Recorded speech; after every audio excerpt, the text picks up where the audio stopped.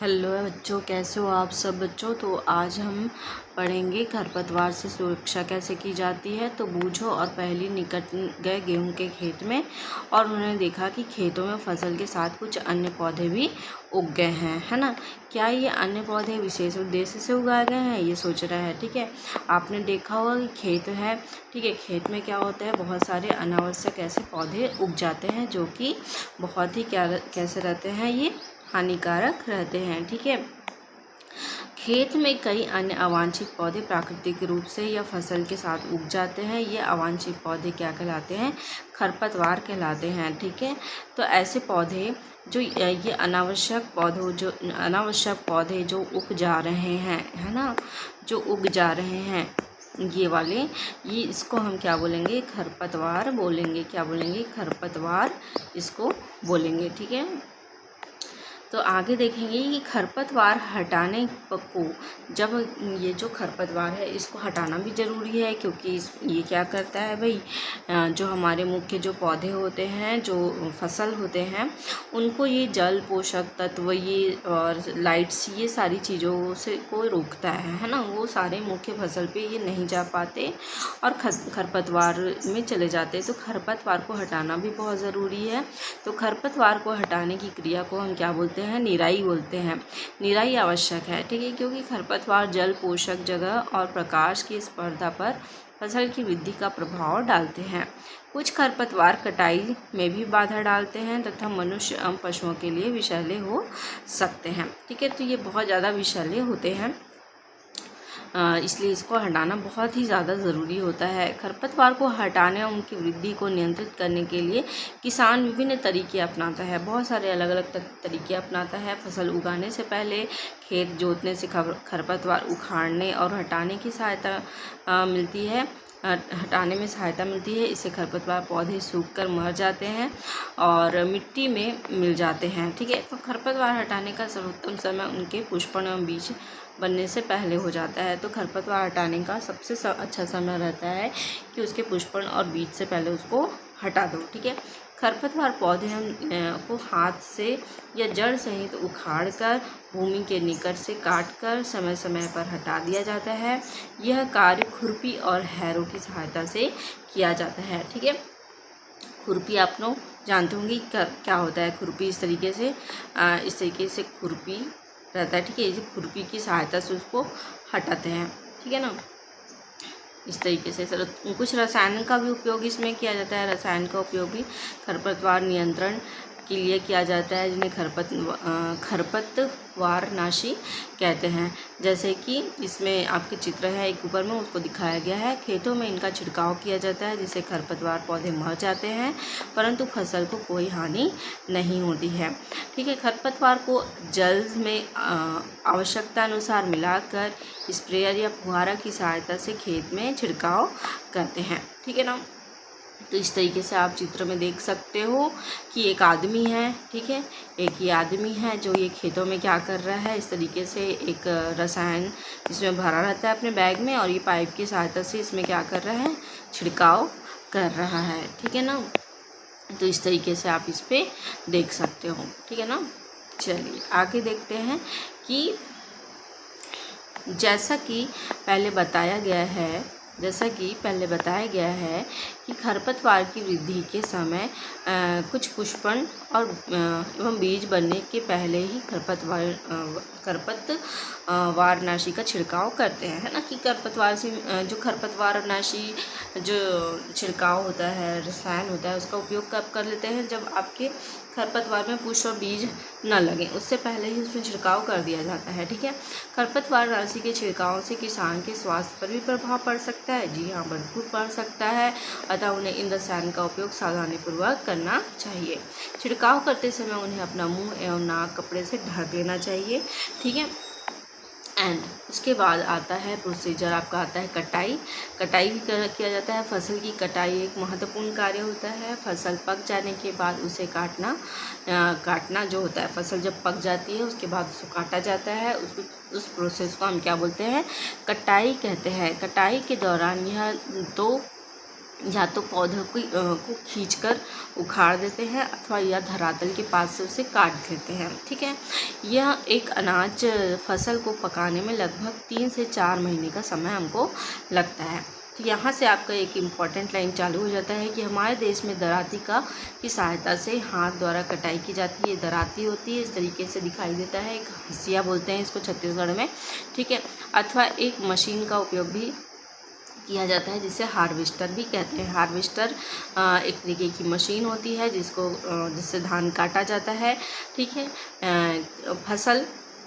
काटी गई फसल से बीजों एवं दानों को भूसे से अलग करना होता है, इसे थ्रेसिंग कहते हैं। जो भूसा भी बनता है ना, जो आप फसल काटेंगे है ना, जो किसान जो होता है हार्वेस्टर की सहायता जो फसल काटता है उसमें भूसे भी से निकलते हैं, उस भूसे में से कुछ बीजों को अलग किया जाता है, उसे क्या बोलते हैं, थ्रेशिंग कहते हैं। यह कार्य कंबाइन मशीन भी करता है। तो हमारे पास कुछ मशीन्स भी हो गए हैं भाई, आधुनिक युग है ना, तो इसमें कुछ मशीन्स भी आते हैं। तो मशीन्स की सहायता से भी आजकल लोग करते हैं टाइम बचाने के लिए, है ना, तो इस तरीके से किया जाता है। तो वास्तव में हार्वेस्टर और थ्रेसर का संयुक्त रूप से होता है, एक साथ होता है। तो इस तरीके का एक मशीन होता है या गाड़ी बोलो, इसमें हम फसल को कट भी कर सकते हैं, इसमें हम फटक करके ये थ्रेसिंग के थ्रू बीजों को अलग कर सकते हैं। ठीक है, तो छोटे खेत वाले जो किसान होते हैं, अब छोटा जिनका खेत होता है वो एकदम से सारी चीज़ प्रोवाइड तो नहीं कर सकता कि महंगी गाड़ियाँ ला दे, है ना, महंगी आपकी मशीन्स ले आएँ कंबाइन वाले, तो ये सब पॉसिबल नहीं होता। तो उसके लिए वो क्या करता है कि फटकते हैं। ठीक है, छोटे छोटे जो खेत वाले किसान होते हैं वो अनाज के दानों को फटक देते हैं, फटक करके क्या करते हैं, इसको विनोइंग करते हैं। विनोइंग मतलब अलग करते हैं। ठीक है, इसको आप कक्षा 6 में आप पढ़ चुके होंगे। ठीक है ना। अब देखो आगे क्या होता है कि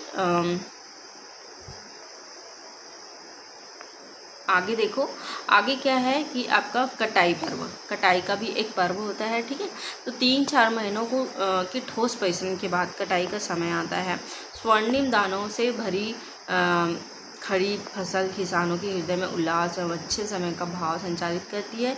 यह समय थोड़ा आराम करने एवं खुशी मनाने का है, क्योंकि पिछली ऋतु में प्रयत्न कर फसल मिलता है, इसलिए भारत के सभी भागों में कटाई का समय हर्षोल्लास के साथ खुशी का मौका होता है, खुशी का होता है। ठीक है, पुरुष और महिलाएं सभी मिलकर इस पर्व को मनाते हैं। कटाई ऋतु के साथ कुछ विशेष पर्व जैसे कि पोंगल है, बैसाखी है, होली है, दिवाली है, नवान्न है, बिहू है, तो ये सब अलग अलग जगहों में अलग अलग ये त्यौहार मनाए जाते हैं, नाम बोले जाते हैं। ठीक है, मतलब फसल की कटाई ही होती है। ठीक है, फसल जो है तो बहुत पेशेंस के साथ किसान हमको अनाज उगा करके देता है, बहुत ही पेशेंस के साथ उसका पालन पोषण करता है और उसको कट करके हमारे तक वो पहुंचाता है। तो ये बहुत ही हमारे भारतवर्ष के लिए बहुत ही इम्पोर्टेंट चीज़ होती है। ठीक है, तो इसे आप अनाज को सुरक्षित रखें, अच्छा रखें और अनाज वेस्ट ना करें। ठीक है, क्योंकि बहुत मेहनत के साथ बनाया गया चीज़ होता है, तो ये बहुत ही इम्पॉर्टेंट है हमारे भारत देश के लिए। ठीक है ना, तो ये तो आपने सुना होगा जय जवान जय किसान और जय विज्ञान। तो विज्ञान के अंतर्गत हम ये चीज़ पढ़ रहे हैं और ये बहुत ही इम्पॉर्टेंट चीज़ है। ठीक है, उसके बाद आता है भंडारण। भंडारण क्या होता है, तो देखो भंडारण में क्या होता है कि आप जो भी जो किसान आप जो कट करते हैं फसल, है ना, उसको एक जगह रखना भी तो ज़रूरी है। ऐसा नहीं कि हम खुले में रख दें और पानी गिर गया और बर्बाद हो गया, ऐसा हमको नहीं करना है।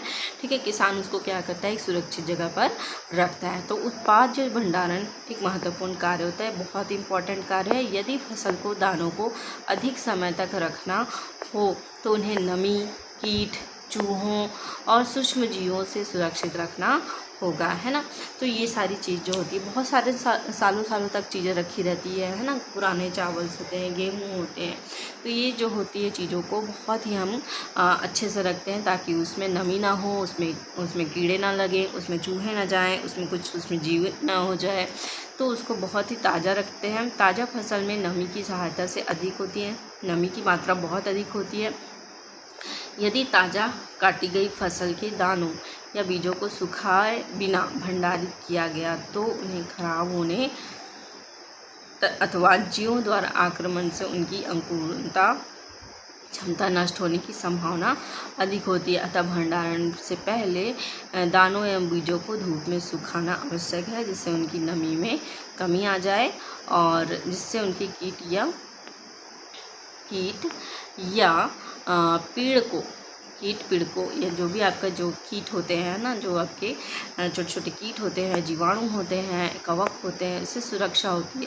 तो जब जो फसल को काटा जाता है, जब ये फसल हो गया ना, इसको जब काटा जाता है तो इसमें जो बीज है, ये बीज को क्या करते हैं, सुखाया जाता है। इस बीज को सुखाया जाता है ताकि इसमें नमी ना रहे और इसमें कीड़े ना लगे। ठीक है, तो इस तरीके से किसान अपनी फसल उत्पाद का भंडारण जूट का एक बोरा होता है। इस तरीके से जूट का एक बोरा होता है। ठीक है, इस तरीके से आपने देखा होगा, बोरे में उसको भरा जाता है बीजों को। ठीक है, इस तरीके से बीजों को भर दिया जाता है। पैमाने का भंडार साइलो एवं भंडार गृहों में किया जाता है, जिससे उनकी पीड़ को जैसे कि क्या होता है कि इस तरीके से, है ना, अनाज भंडारण में ये साइलो होता है। ठीक है, इसको क्या बोलते हैं, साइलो बोलते हैं। इसमें भंडारण किया जाता है।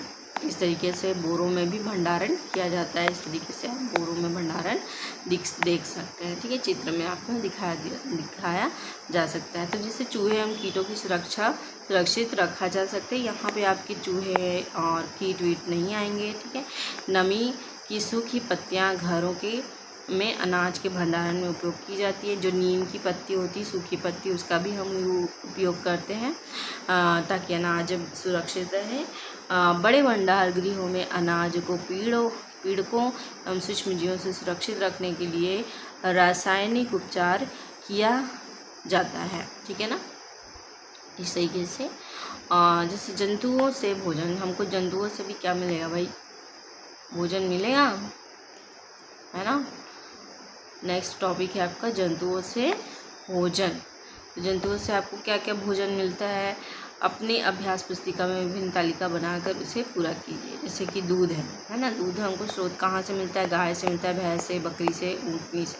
इस तरीके से खाद्य पदार्थ आप बना सकते हो कि आपको कहाँ कहाँ से क्या क्या मिल सकता है। ठीक है, तो इस सारणी में पूर्ति करने के पश्चात आपने देखा होगा कि पौधों की तरह ही जंतु भी हमें विभिन्न प्रकार के खाद्य पदार्थ प्रदान करते हैं। समुद्र के तटीय क्षेत्रों में रहने वाले लोग मछली का मुख्य आहार के रूप में उपयोग करते हैं। जो आपके तटीय समुद्री क्षेत्र में रहते हैं वो मछली का उपयोग ज़्यादा करते हैं। ठीक है, क्योंकि उनके पास खेत नहीं है भाई, है ना, उनके पास समुद्र है। पिछली कक्षाओं में पौधों से प्राप्त होने वाले खाद्य पदार्थों के विषय में आप पढ़ चुके हैं। हमने सभी सीखा कि फसल उत्पादन में विभिन्न चरण हैं, बीजों का चयन, बुआई इत्यादि। इसी प्रकार घरों में अथवा फार्म पर पालने वाले पालतू पशुओं का उचित भोजन, आवास एवं देखभाल की आवश्यकता होती है। जब यह बड़े पैमाने पर किया जाता है तो इसको क्या बोलते हैं, पशुपालन बोलते हैं, है ना। तो पशुओं से भी हमको क्या मिलता है, भोजन मिलता है। तो पशु का पालन भी हम करते हैं फार्म हाउस में। ठीक है, तो उसका भी एक प्रोसीजर होता है। तो यहाँ पे आपका इम्पॉर्टेंट नोट यहाँ पे लिखा हुआ है कि मछली जो होती है स्वास्थ्य के लिए अच्छा होती है, अच्छा आहार होती है। हमें मछली में कॉड लिवर तेल मिलता है। ठीक है, इसमें विटामिन डी अधिक मात्रा में पाया जाता है। तो इस तरीके से आपके इम्पॉर्टेंट कुछ लाइन होते हैं जो आप इसको देख सकते हैं। ठीक है, तो प्रमुख शब्द यहाँ पे कुछ है, जैसे कि कृषि पद्धतियाँ, पशुपालन, फसल, उर्वरक, भंडारण गृह, कटाई, सिंचाई, खरीफ, खाद, हल, रबी, बीज, है ना। तो ये बहुत सारे आपके अच्छे शब्द होते हैं। साइलो, बुआई, भंडारण, थ्रेसिंग, खरपतवारनाशी, फटकना। तो ये सारी शब्दों का यूज़ हम यहाँ पे कर चुके हैं और समझा चुके हैं। तो ये सारी चीज़ें जो होती हैं आपके मेन शब्द होते हैं जो आपको आने चाहिए, याद रहने चाहिए। ठीक है, तो जैसे कि इम्पोर्टेंट कुछ लाइंस होती हैं, जैसे कि आपने क्या सीखा उसको भी हमने आप दोहरा देते हैं कि आपने बढ़ती हुई जनसंख्या को भोजन प्रदान करने के लिए हमें विशिष्ट कृषि पद्धतियों को अपनाना होता है। ठीक है ना, किसी स्थान पर उगाए जाने वाले एक ही प्रकार के पौधों को फसल कहते हैं। भारत की फसलों को ऋतु के आधार पर हम 2 वर्गों में बांट सकते हैं, रबी और खरीफ फसल। ठीक है। जुताई करके मिट्टी तैयार करना और उसे समतल करना आवश्यक होता है। इस कार्य के लिए हल और पाटल का उपयोग किया जाता है। बीजों को उचित गहराई पर बोना, उनके उचित दूरी रखना अच्छी उपज के लिए आवश्यक है। बीच बीच में दूरी रखना आवश्यक है। ठीक है। बीजों को अच्छी किस्म का चयन करना चाहिए। अच्छी बीजों की किस्म रखो ताकि अच्छे फसल हो, है ना। तो बीज हमारे अच्छे होने चाहिए। चयन करके स्वस्थ बीजों को बोया जाता है। सीड ड्रिल की सहायता से बुआई की जाती है। ठीक है। मिट्टी में पोषकों की समृद्धि एवं पुनः पूर्ति की आवश्यकता होती है, जिसे कार्बनिक खाद और तथा उर्वरक का उपयोग किया जाता है। फसलों की नई किस्मों के आने से रासायनिक उर्वरक का उपयोग में बहुत वृद्धि होती है। ठीक है। देन उसके बाद होता है उचित समय एवं अंतराल पर फसल को जल देना, सिंचाई करना कहलाता है। ठीक है। निराई में अवांछित एवं बिना उगाए पौधों को हटाया जाता है, उसके निराई बोलते हैं, जिन्हें खरपतवार कहते हैं। जैसे पौधे जो बिना अपने मर्जी से उग गए होते हैं, उसको क्या बोलेंगे? खरपतवार बोलेंगे। ठीक है। कटाई का अर्थ होता है पकी हुई फसल को हाथों या मशीन से काटना। दानों को भूसे से अलग करना थ्रेसिंग कहलाता है। बीजों को पीड़कों एवं सूक्ष्म जीवों से संरक्षित करने के लिए उचित भंडारण आवश्यक होता है। पशुओं को पाल कर भी खाद्य पदार्थ प्राप्त किया जाता है, इसे पशुपालन कहते हैं। तो ये था बहुत ही इम्पॉर्टेंट लाइन, जो कि आपकी कंपटीशन एग्ज़ाम के लिए भी बहुत ही इम्पॉर्टेंट है। जो आपकी जो कंपटीशन की तैयारी कर रहे हैं वो 6 to 8 के साइंस सब्जेक्ट को आप एक बार ही पढ़ सकते हैं, तो है ना। तो ये बहुत ही इम्पॉर्टेंट आपके लाइंस होते हैं। एनसीईआरटी बहुत ही इम्पॉर्टेंट है आपके कंपटीशन एग्ज़ाम के लिए। तो आई होप कि आज का वीडियो अच्छा लगा होगा तो लाइक करिए, शेयर करिए एंड हमारे चैनल को सब्सक्राइब करना ना भूलें। Bye bye, take care.